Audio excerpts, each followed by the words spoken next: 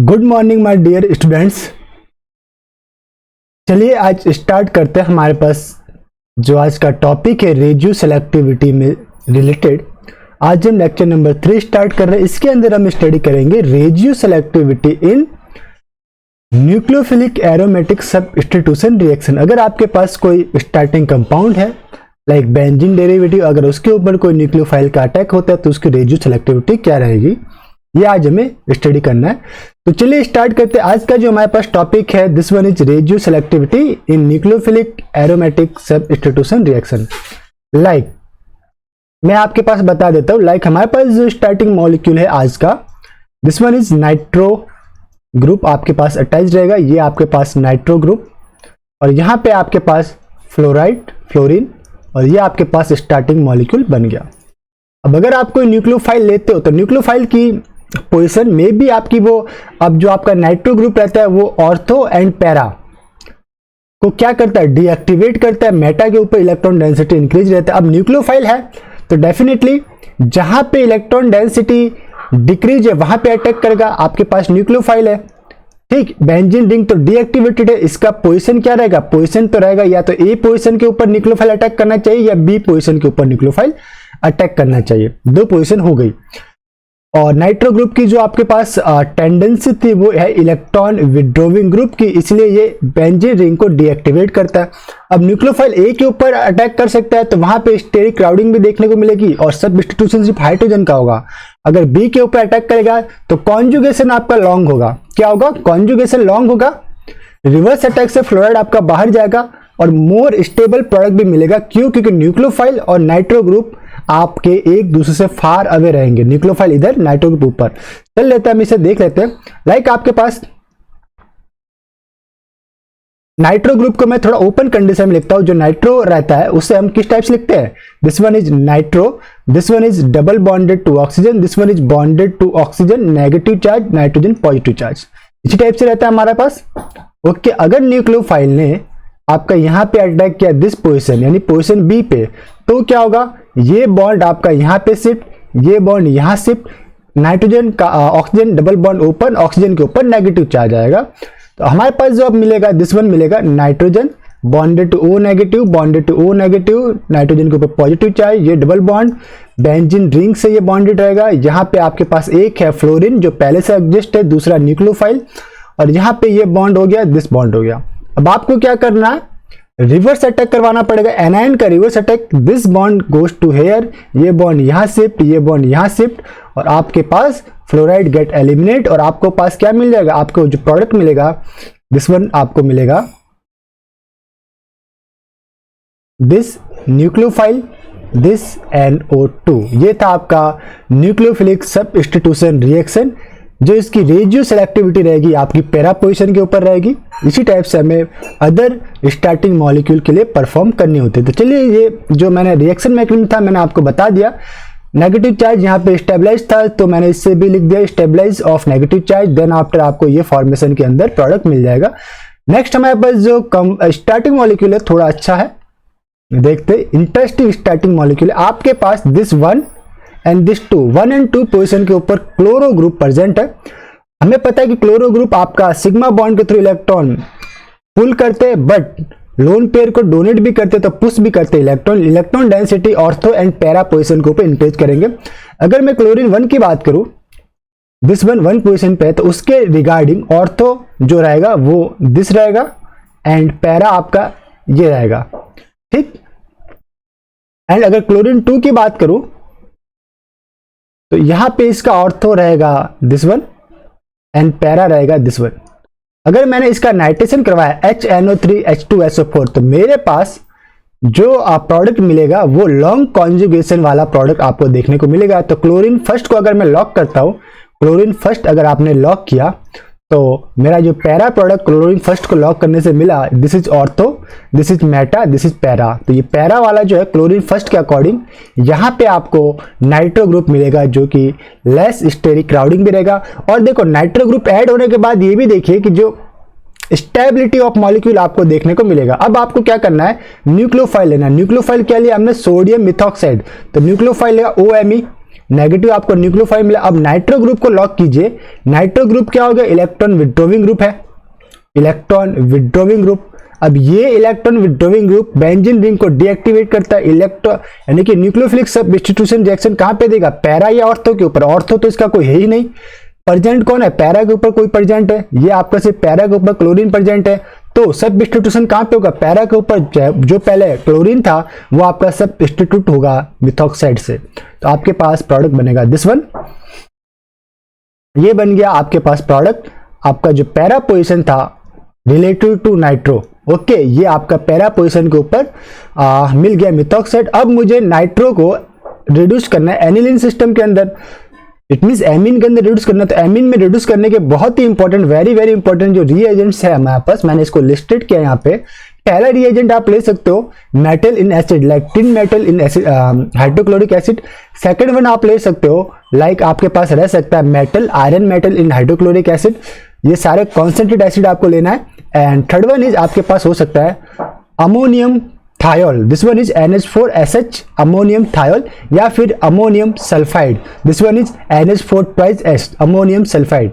ये सारे के सारे जो रिएजेंट है ये क्या करते हैं? आपको नाइट्रो ग्रुप को एमीन के अंदर रिड्यूस करते हैं। This all reduced reducing agent for nitro group. तो आपके पास क्या मिल जाएगा? This one is desired compound, this one is अगर मैं इसको नेम दूं, दिस वन इज 1 2 3 4 5 6, तो हमारे पास लिखना होगा 3 क्लोरो 4 मिथॉक्सी एनिलीन। ओके, इसी के ऊपर बेस्ड हमारे पास क्वेश्चन है न्यूक्लियोफिलिक सब्स्टिट्यूशन में। अब हमारे पास जो दे रखा है स्टार्टिंग मटेरियल इज दिस, हमारे पास इसे मैं वापस से राइट डाउन कर देता हूं। दिस पर्टिकुलरली आपके पास ये जो मैं जिसे हाईलाइट कर रहा हूं ग्रीन से, ये इसका नेचर कैसा है? ये नेचर है आपका इलेक्ट्रॉन डोनेटिंग ग्रुप, ऑक्सीजन के लोन पे डोनेट करेंगे। और एक ग्रुप आपके पास प्रेजेंट है Cl। Cl क्या? इलेक्ट्रॉन डोनेटिंग भी है, विड्रोइंग भी है, बट डोनेटिंग ग्रुप इसका यहाँ पे डोमिनेट इफेक्ट रहेगा। अब हम यूज में ले रहे हैं KNH2। KNH2 क्या? पोटेशियम एमाइड, पोटेशियम एमीन, एक स्ट्रॉन्ग बेस है। आपका बेस है तो क्या बनाएगा? बेंजाइन इंटरमीडिएट ये क्रिएट करता है, which is benzene intermediate, very important आपके पास रहता है। देखिए बेस है, बेस ने इसको एब्स्ट्रैक्ट किया, यहाँ पे बनेगा नेगेटिव चार्ज, ये नेगेटिव चार्ज जहां अटैक Cl बार, और ये बन गया आपका बेंजाइन इंटरमीडिएट,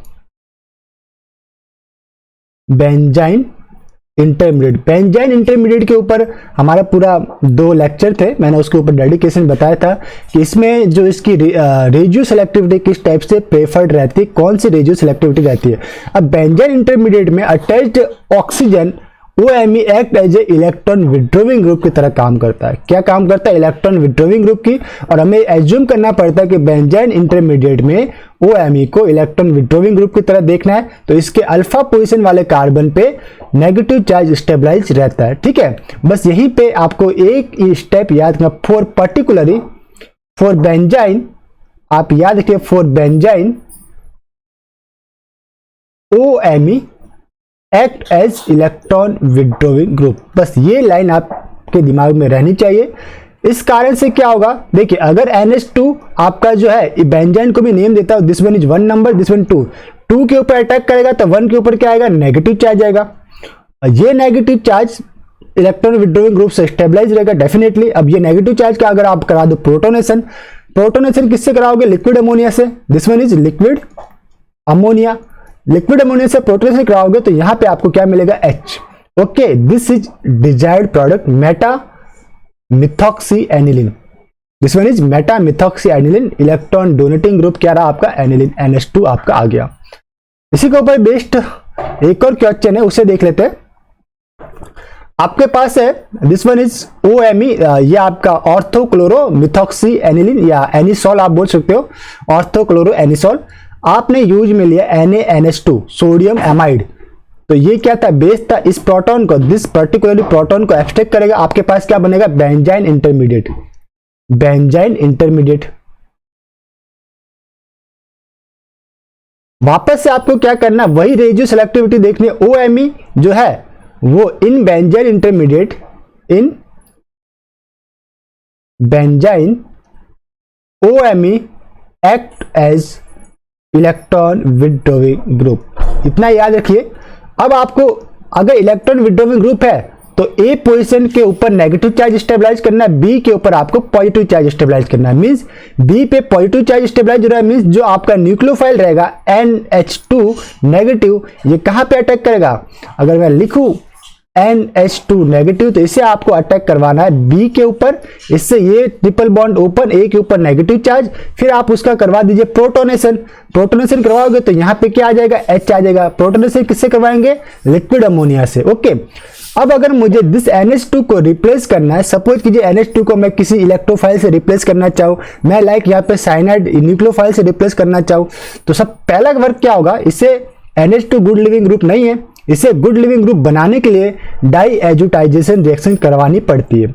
उसमें हमें क्या करना पड़ता है? Sodium nitrite with HCl acid in temperature lower 0 degree से 5 डिग्री सेल्सियस के बीच में टेम्परेचर रखिए। डाई एजुटाइजेशन रिएक्शन होगा, डाई एजो क्लोराइड सॉल्ट आपके पास देखने को मिलेगा। तो ये मिल गया डाई एजोनियम सॉल्ट आपको देखने को मिला। रिएजेंट क्या यूज मिला? Sodium nitrite with HCl in 0 degree से 5 डिग्री सेल्सियस के बीच में, ये बन गया आपके पास डाई एजोनियम सॉल्ट। अब आप न्यूक्लियोफाइल क्या ले लो? कॉपर साइनाइड, आपको न्यूक्लियोफाइल मिला साइनाइड नेगेटिव। अब ये आपका कहां पे अटैक करेगा? This one get attacked on particularly ये आपका अटैक करेगा यहां पे,